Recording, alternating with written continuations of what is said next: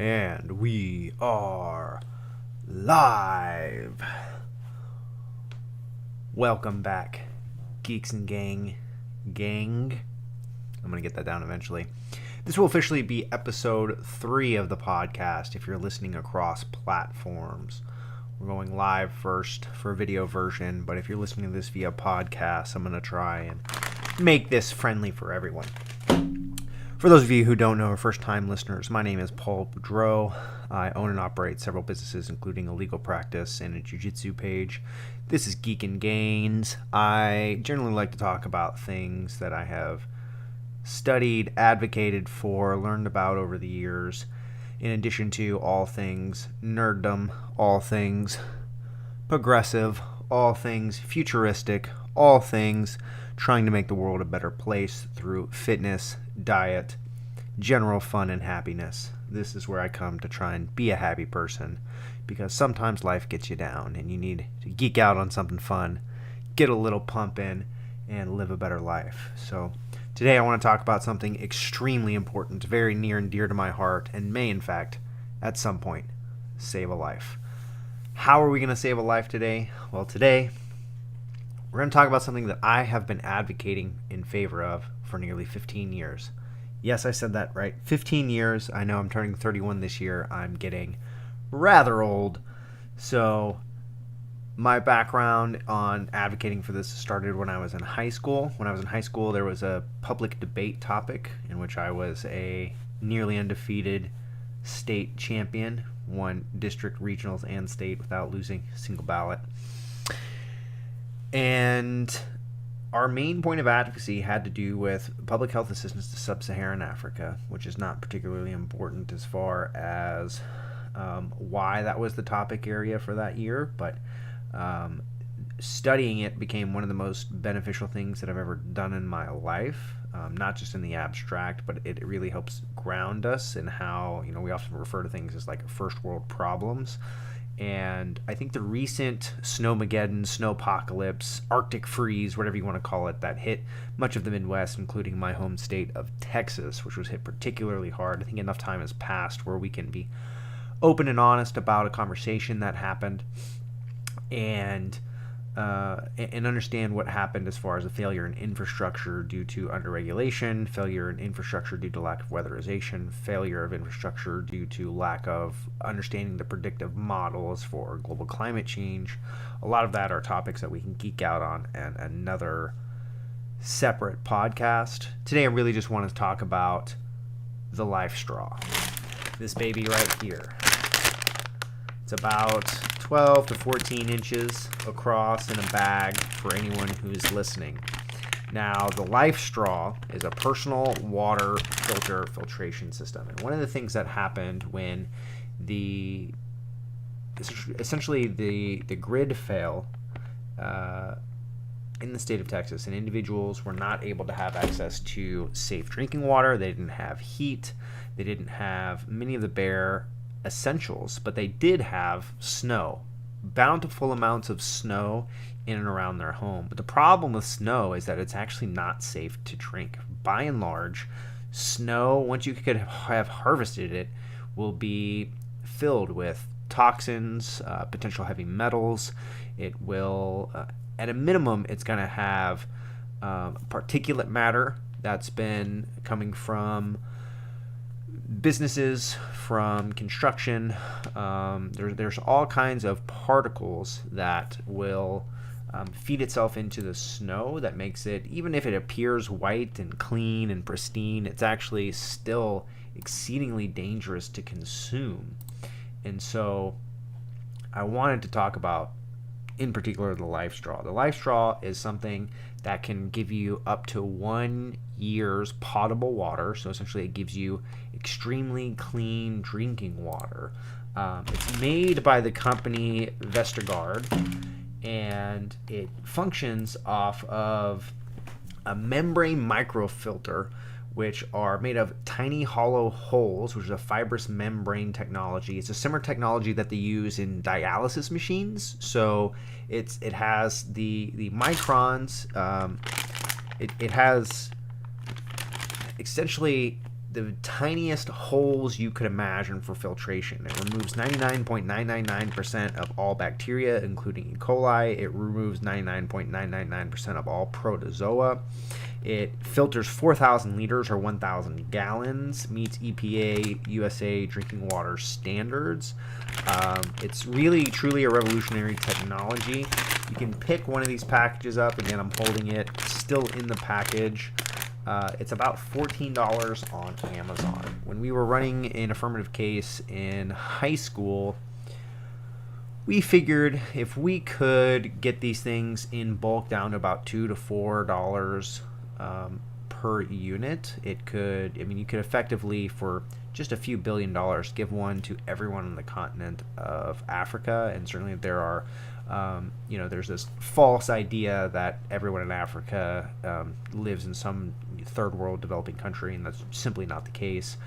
Most of Africa is well developed or well on their way to being developed. There are just certain sub-Saharan isolated areas where there is extreme lack of clean and potable water. So it is a regional problem, but it's also a problem we've seen here in the United States. It's one of those things where we don't seem to have empathy in our ability to deal with statistics, and there's a whole psychological phenomenon based on that we won't go into, but essentially it's one of those things that until it hits home, sometimes it doesn't really truly resonate. And so I think that that's the great thing about what we just recently experienced in this country, is that truly anyone can be left without safe drinking water. That it's a luxury we in the United States have lived so long with, that we truly don't comprehend what it's like to live in a world where you just don't go to the tap and turn on running water and boom, there you have it.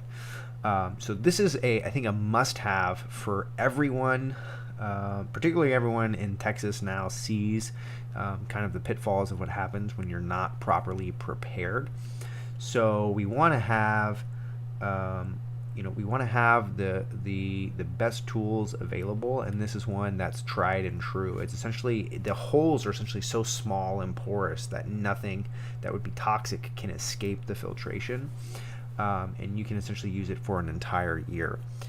And why was water such a big part of public health assistance in sub-Saharan Africa?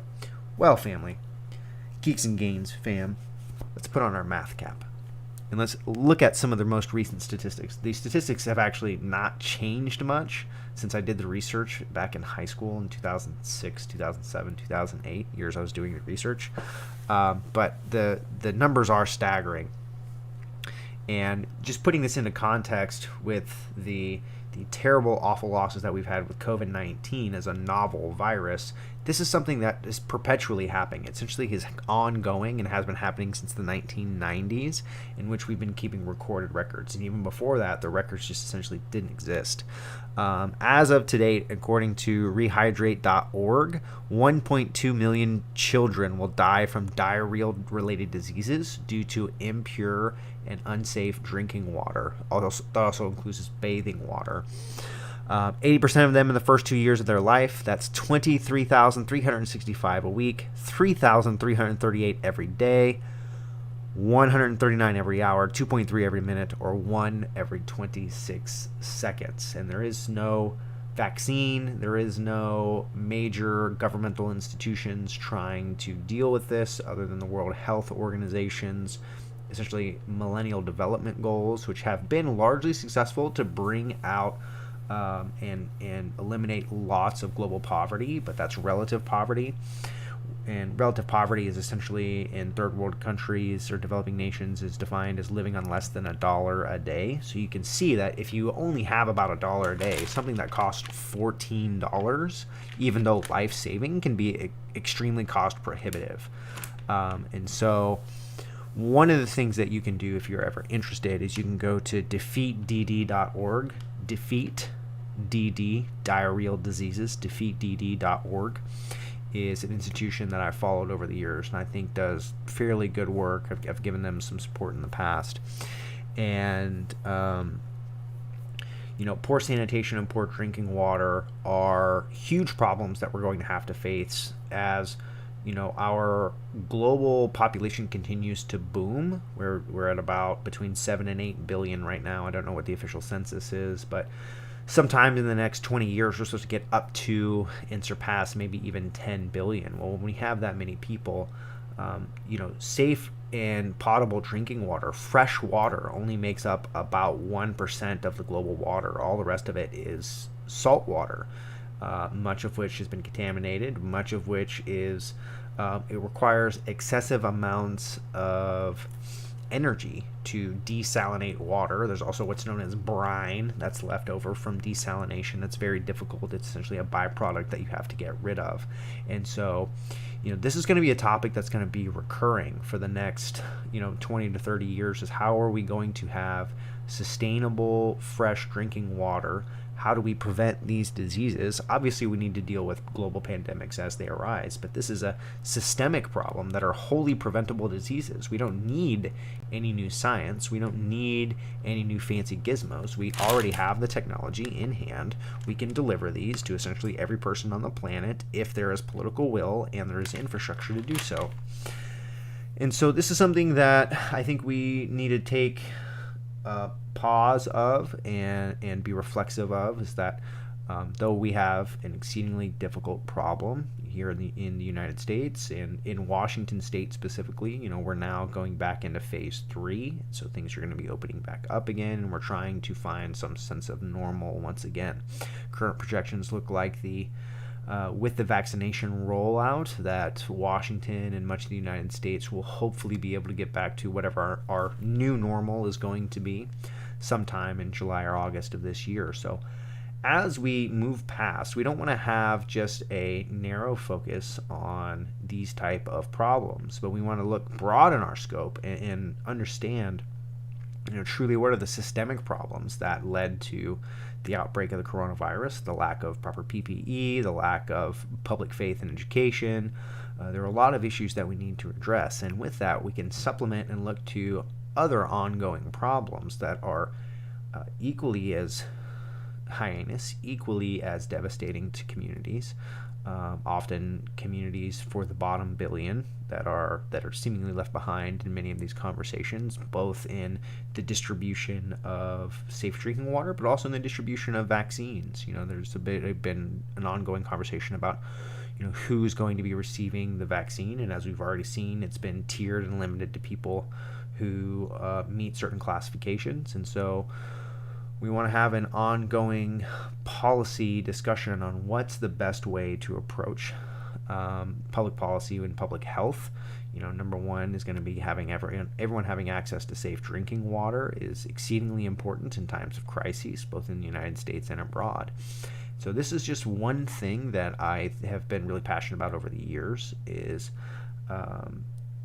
trying to get meaningful access to safe drinking water internationally, and to be ready when catastrophe happens. I have lots of family members. My brother and sister live in Texas, and they were affected by this generally. Thankfully, everyone's okay as far as I know, but it could be much, much worse, and there are people who were without safe drinking water for several days, and the truth is, you can't live very long without water. Food, heat, you might be able to find a way, but when it comes to safe drinking water, you really don't want to take your chances. And this $14 expense is really something that could save someone's life. So if you like this information, like this content, you can check out my link tree, Dreaujitsu, DREAUXJITSU. It has all of my social media there. You can follow me everywhere, on every platform of everything that I do, if you just can't get enough.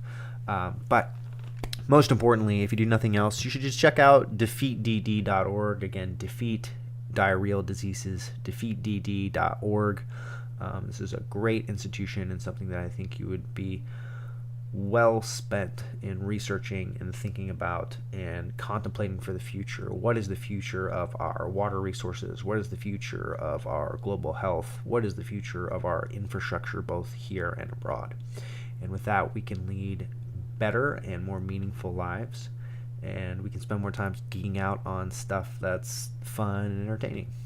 All right, guys, thank you for tuning in on this third episode of the Geeks and Gains podcast.